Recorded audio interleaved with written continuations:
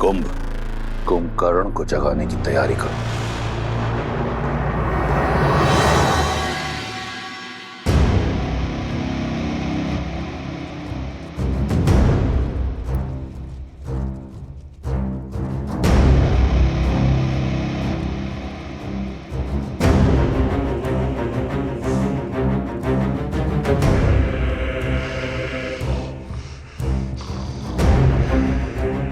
चिंता मत करो, उस वनवासी की हार निश्चित है। नर है वो, नारायण नहीं। और लंकेश ने उचित ही कहा है, 6 माह में जगे या 6 दिन में। मेरे पिताश्री अजय हैं, अमर हैं, उन्हें जगाने में ही लंका का हित है। खोल दो द्वार।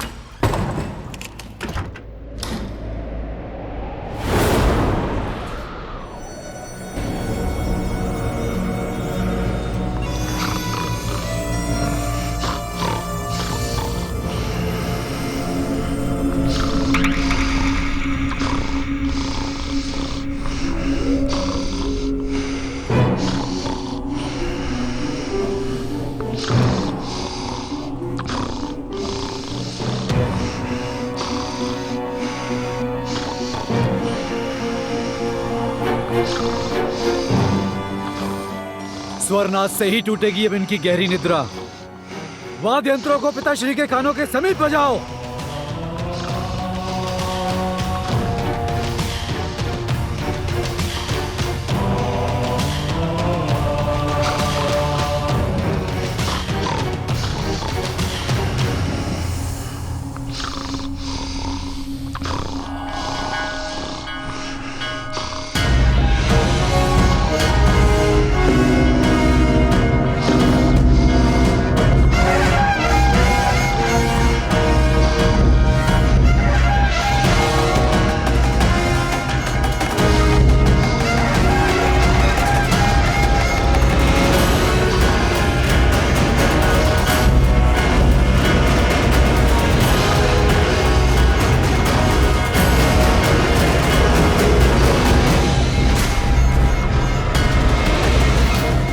स्वर में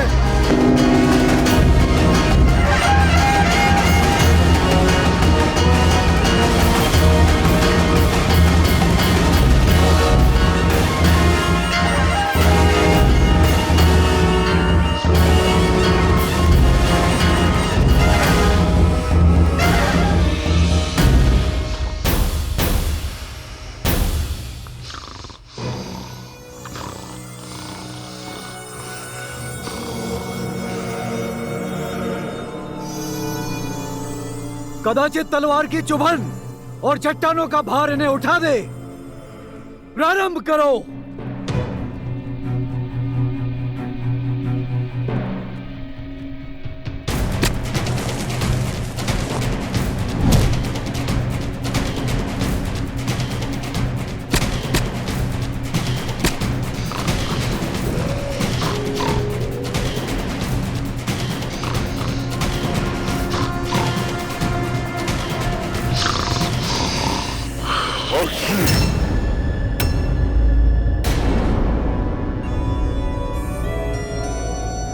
ठंडा जल डालो पिताश्री के मुख पर।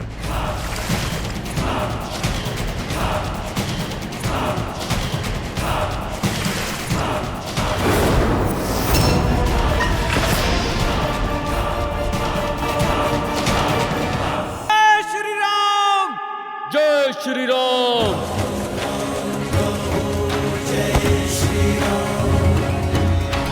राम राम कहो जय श्री राम, दशरथ नंदन राजा राम। राम नाम भजते हनुमान, अवध बिहारी राजा राम। हनुमान काका, अब अगला लक्ष्य क्या है? वहां विस्फोटक सामग्री है जिसका उपयोग निश्चित रूप से हमारे विरुद्ध ही किया जाएगा। चलो रावण को उसके ही सजाए व्यंजन का स्वाद चखाते हैं। लंका में हमने प्रवेश किया है, प्रकाश उत्सव तो बनता है।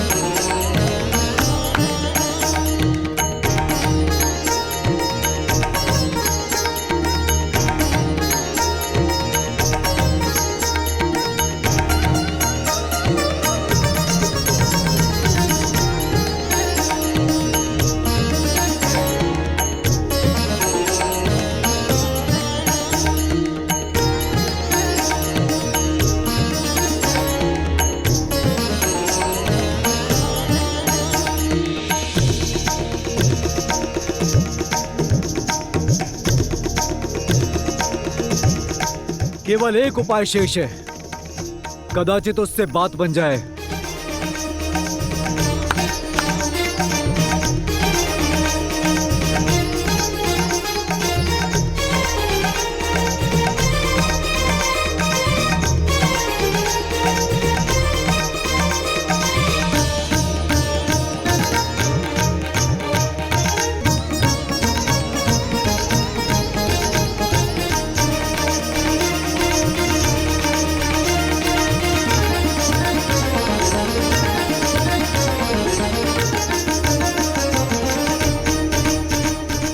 उन पर भोजन की सुगंध का प्रभाव हो रहा है।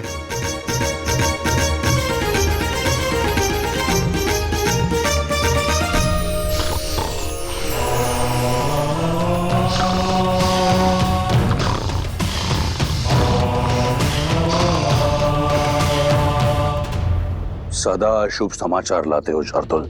क्षमा महाराज, परंतु मैं तो सदैव आपके ही आदेश का पालन करता हूँ महाराज। सब करके देख लिया, गीत संगीत, धुन तान, भोजन की मीठी सुगंध, किंतु आपके भाई की निद्रा है कि टूट ही नहीं रही। उसकी निद्रा को टूटना होगा, जागना होगा उसे। लंका भारी संकट में है। मुझे मेरे कुंभकर्ण की आवश्यकता है। प्रतीत होता है कि इसी दिन के लिए मैंने अपने महाकाय भाई को ब्रह्मा से वरदान दिलवाया था।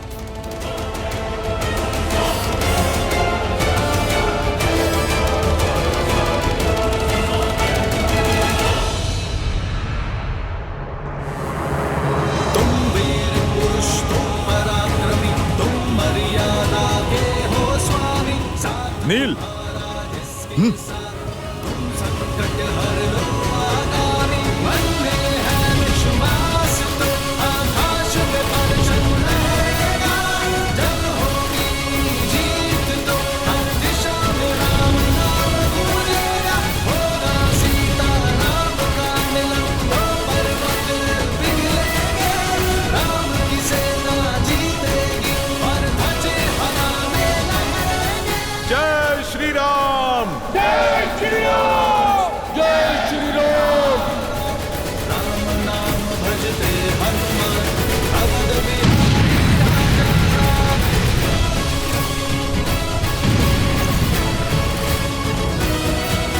जाओ अपने घर परिवार को बचाओ। वो वानर लौट आया है, हाहाकार मचाने हैं।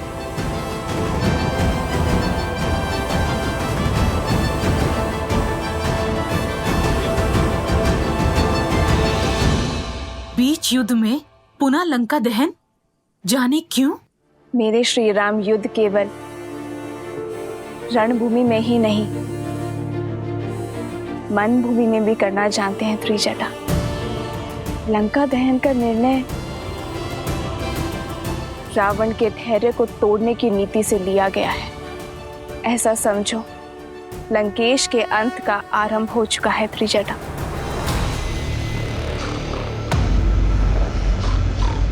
इसकी निद्रा अब तक नहीं टूटी। हर युक्ति लगाकर देख ली महाराज, परंतु पिताश्री हैं कि उठ ही नहीं रहे।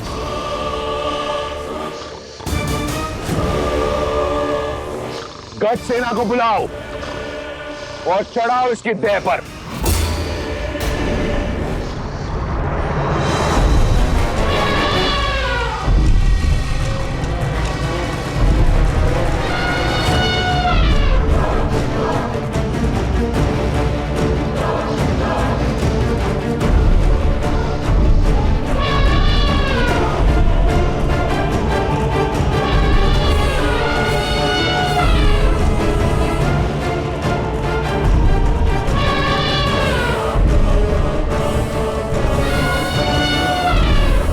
हटाओ इन्हें। उठो कुंभकर्ण, लंका को तुम्हारी आवश्यकता है। तुम्हारे भाई लंकेश को तुम्हारी आवश्यकता है। अपने भाई की पुकार सुनो। उठो, उठो, उठो। मैंने कहा, उठो, उठो, उठो।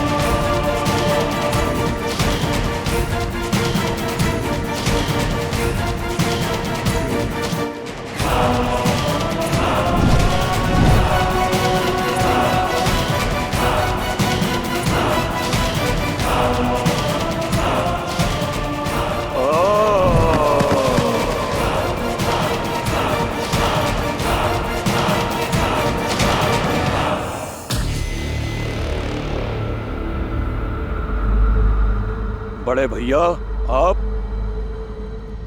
प्रणाम।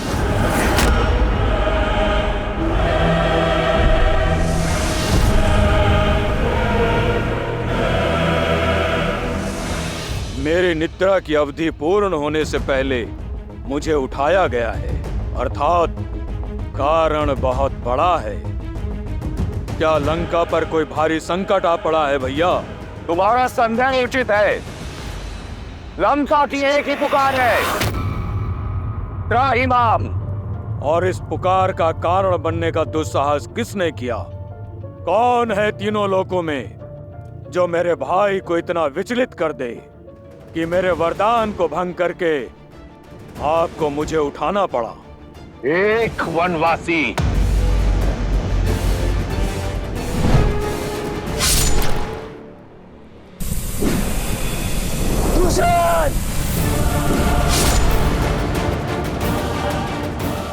मुझे प्रतिकार, उस राम का सर्वनाश चाहिए मुझे भैया।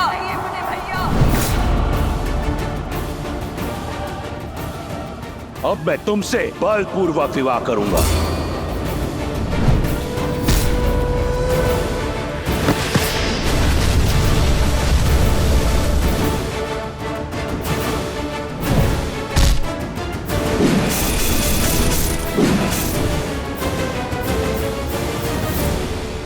लंका एक बार फिर चल रही है। लंका और उसकी सेना भारी संकट में ग्रस्त है। इस संकट से तुम हमें बचा सकते हो। मैं चाहता हूं कि तुम युद्ध भूमि में उस वनवासी और उसकी मरकटों की सेना पर काल बम कर बरसो।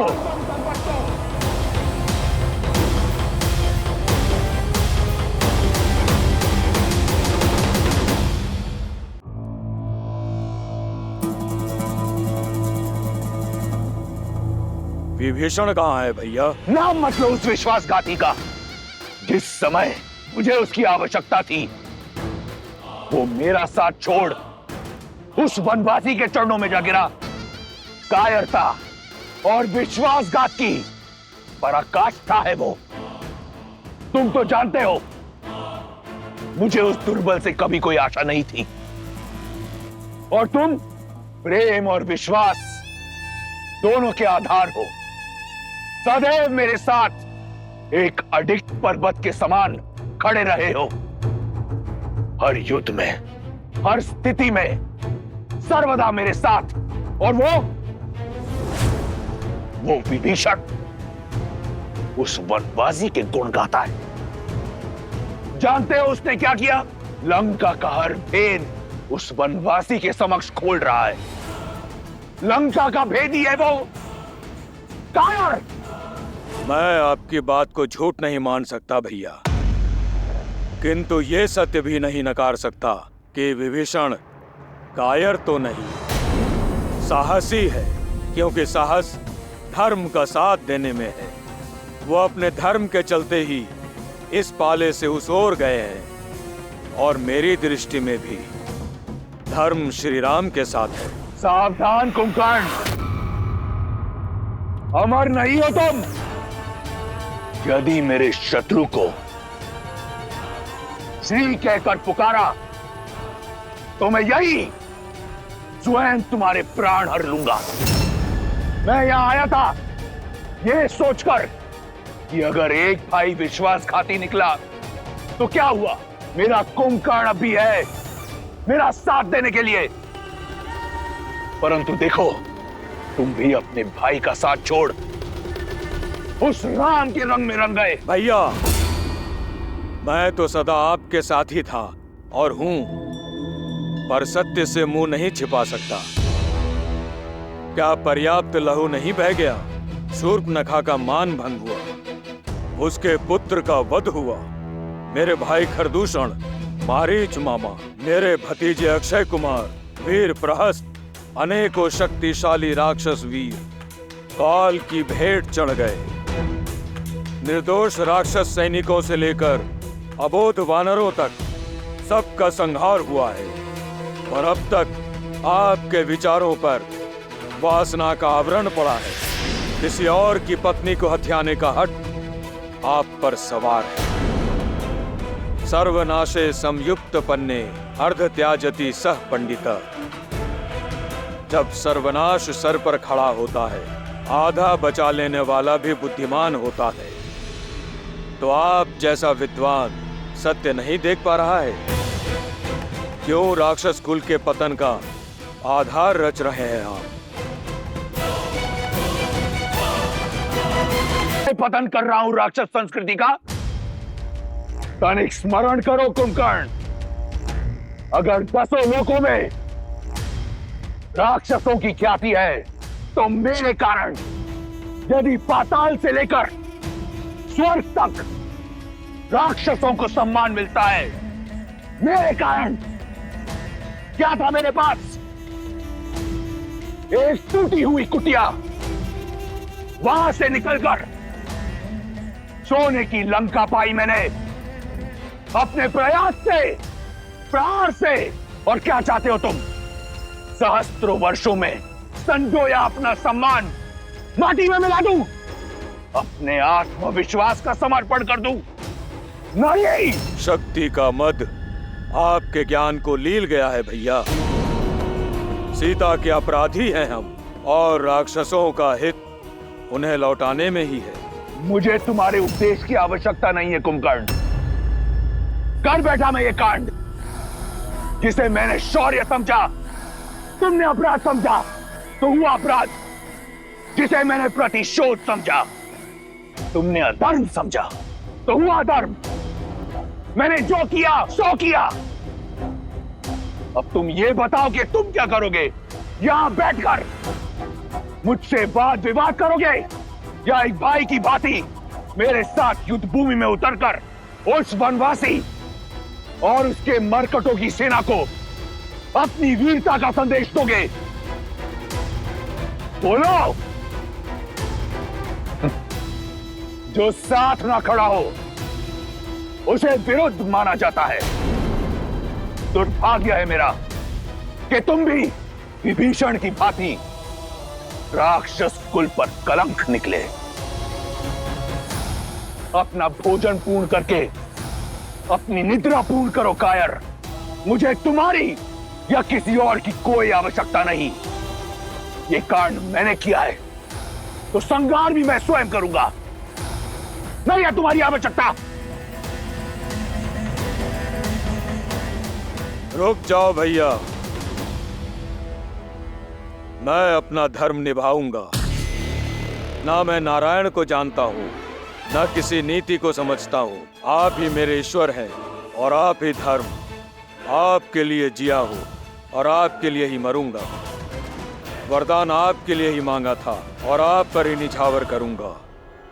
छोटे भाई के होते बड़े भाई को युद्ध भूमि में उतरना पड़े तो ये कलंक होगा। यदि आपकी इच्छा युद्ध है तो मैं अवश्य युद्ध करूंगा, आपके अधर्म का साथ देने के लिए नहीं, बल्कि अपने भाई और अपने राजा के सम्मान के लिए।